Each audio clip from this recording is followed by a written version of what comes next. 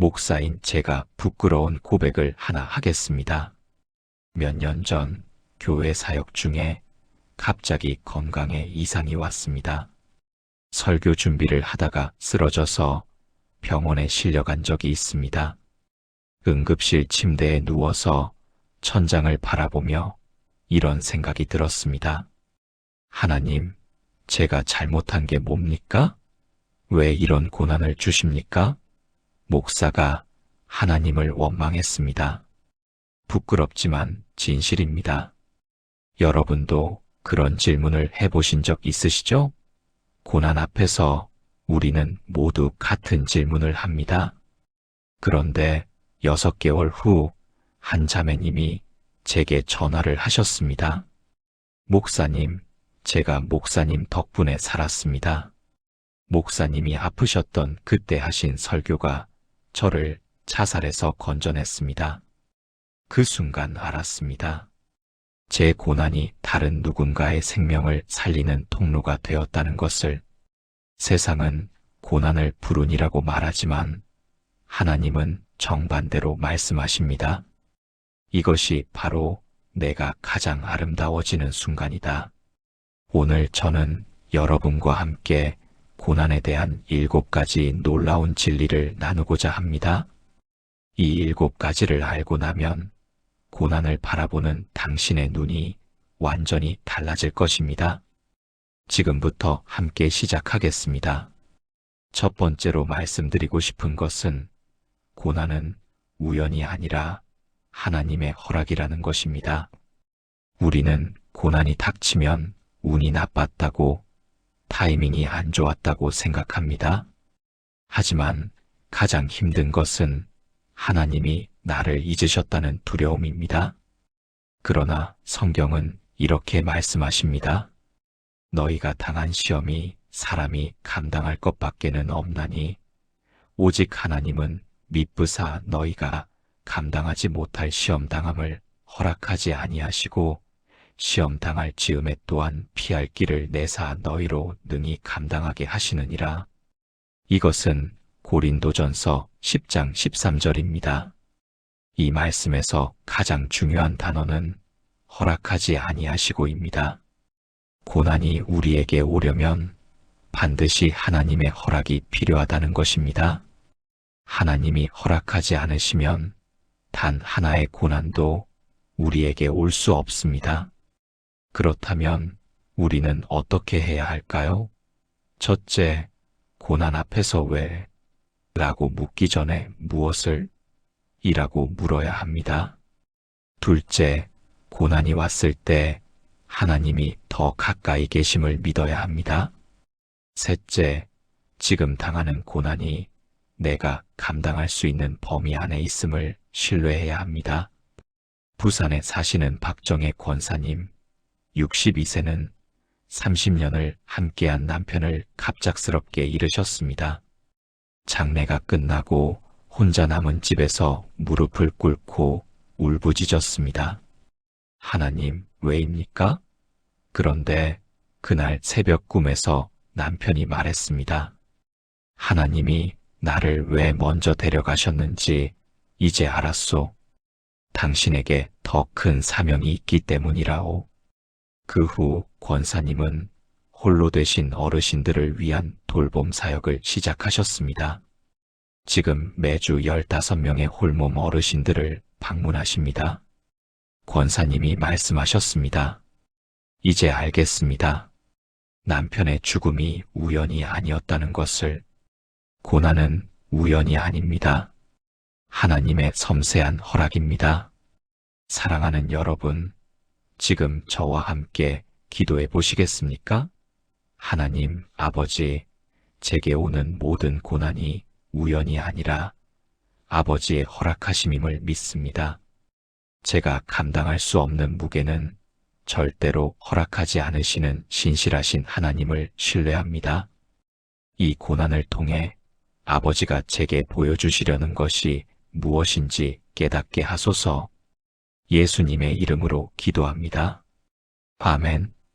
두 번째로 나누고 싶은 것은 고난은 우리를 성숙하게 만드는 하나님의 도구라는 것입니다. 우리는 편안할 때는 전혀 성장하지 못합니다.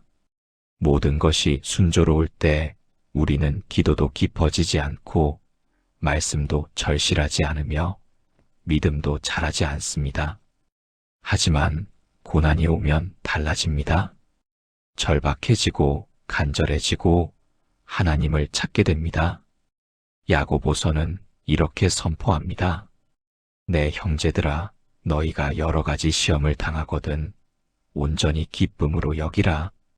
이는 너희 믿음의 시련이 인내를 만들어내는 줄 너희가 알미라. 이것은 야고보서 1장 2절에서 4절입니다. 믿음의 시련이라는 원어는 금을 재련하는 과정을 의미합니다. 금은 불에 넣어 녹이고 불순물을 제거해야 순도 높은 금이 됩니다. 마찬가지로 우리의 믿음도 시련의 불을 거쳐야 진짜 믿음이 됩니다. 인천에 사시는 최동욱 집사님, 48세는 연 매출 50억 원의 중소기업 대표였습니다. 그런데 2020년 코로나로 회사가 부도났습니다. 15년간 일군 회사가 하루아침에 무너졌습니다. 완전히 절망했습니다. 하나님, 제가 잘못했습니까? 그런데 새벽 기도에서 야고보서 말씀을 들었습니다. 기도하며 돌아보니 자신의 교만이 보였습니다. 내 능력으로 이룬 것이라고 생각했던 것입니다. 그 후 식당 주방 보조로 일하며 완전히 달라졌습니다. 겸손해지고 작은 것에 감사하게 되고 기도가 깊어졌습니다. 지금은 작은 도시락 가게를 운영하시며 말씀하십니다. 고난이 아니었다면 저는 계속 교만하게 살았을 것입니다.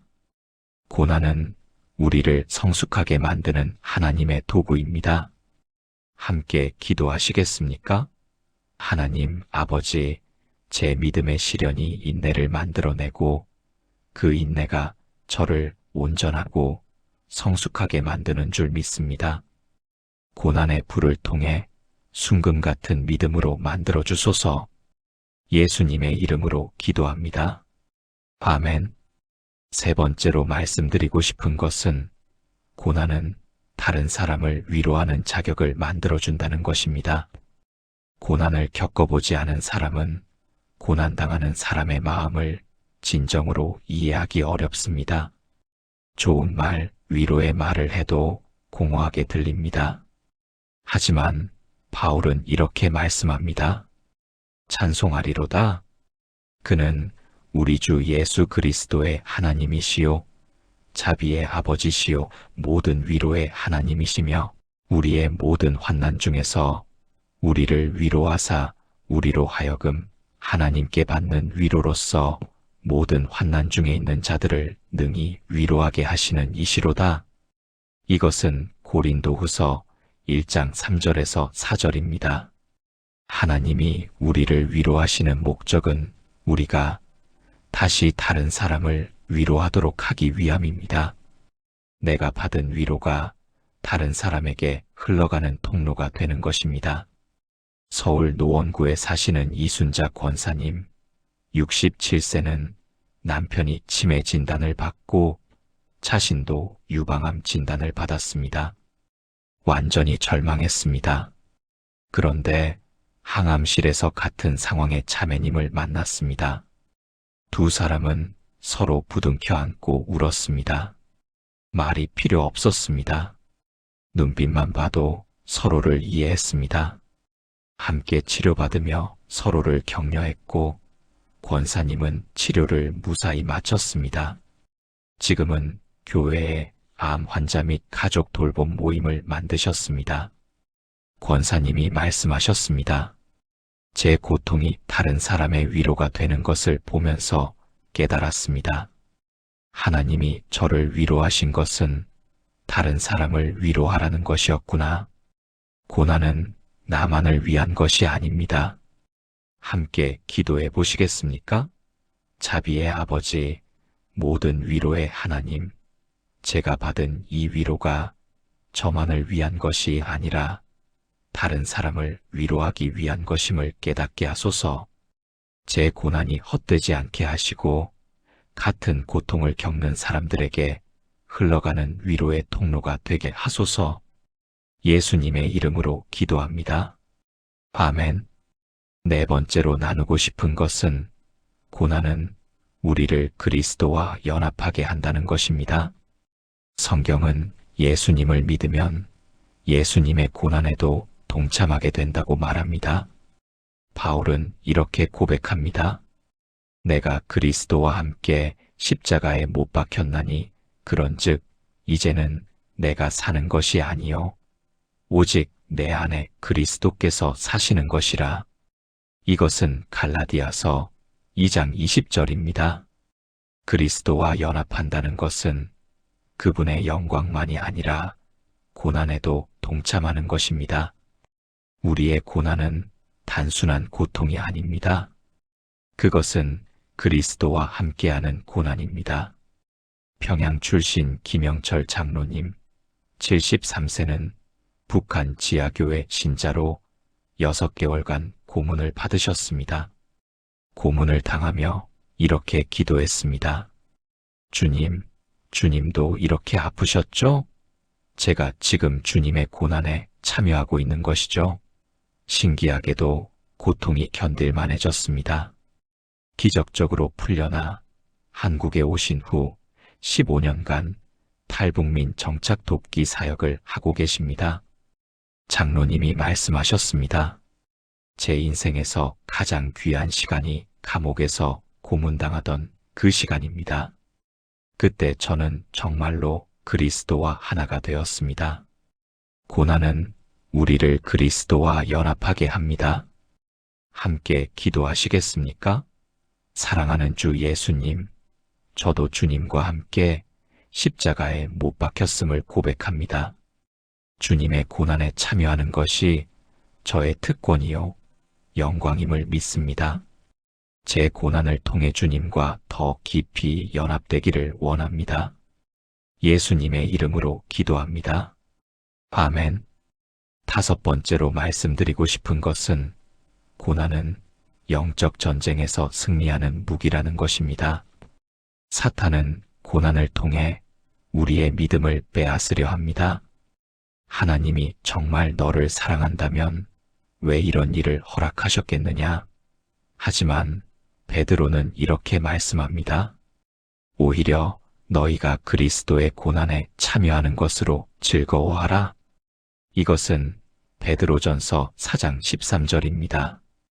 고난 중에도 하나님을 신뢰하는 것, 이것이 영적 전쟁의 승리입니다.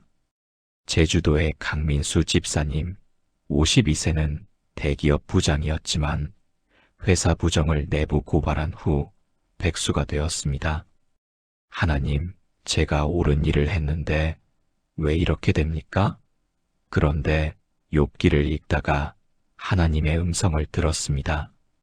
지금 영적 전쟁이 벌어지고 있다. 내가 끝까지 나를 신뢰하면 사탄이 패배한다. 그 후 정직한 중소기업에 입사했고 지금은 부사장이 되셨습니다.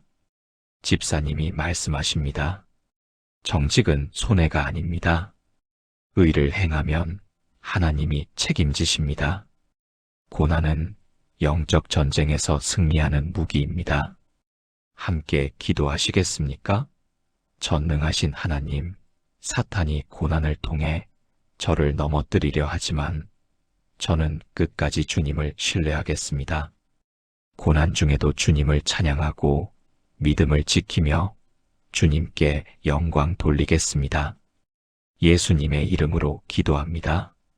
아멘. 여섯 번째로 말씀드리고 싶은 것은 고난은 영원한 영광의 중량을 더한다는 것입니다.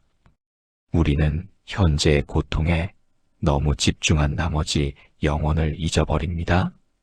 하지만 바울은 이렇게 선포합니다. 우리가 잠시 받는 환난에 경한 것이 지극히 크고 영원한 영광의 중량을 우리에게 이루게 함이니 이것은 고린도후서 4장 17절입니다. 고난의 기간과 영혼을 비교하면 눈 깜짝할 사이입니다. 경북 예천의 김술래 권사님 86세는 6.25 때 가족을 잃고 고아가 되셨습니다. 평생 고난의 연속이었지만 권사님은 말씀하십니다.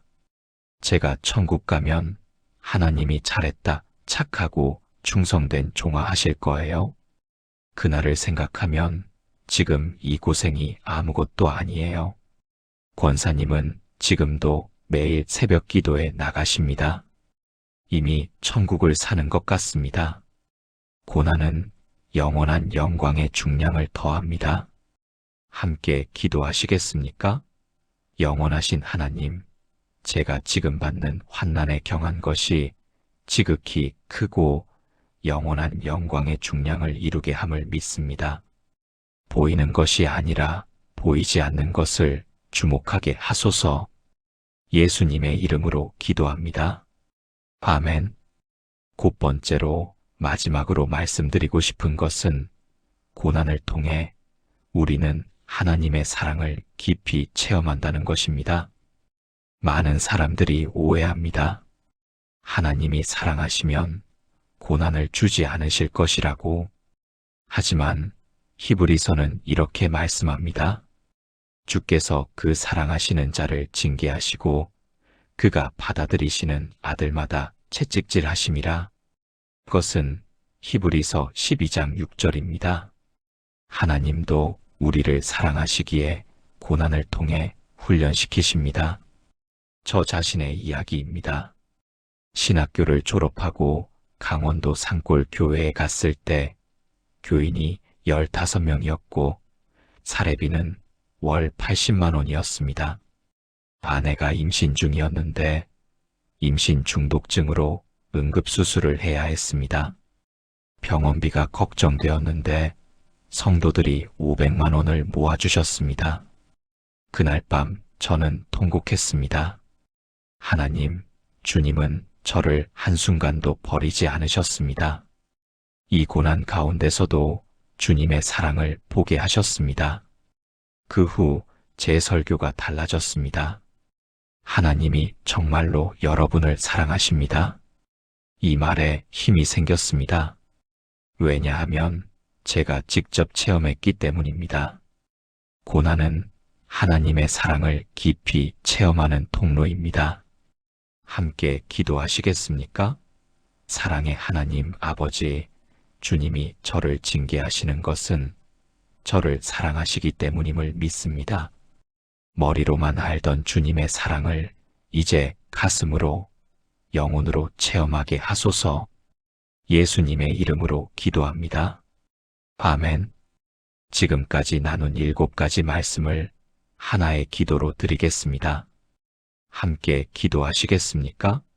전능하신 하나님 아버지, 오늘 이 시간 주신 고난에 대한 7가지 놀라운 진리를 감사드립니다.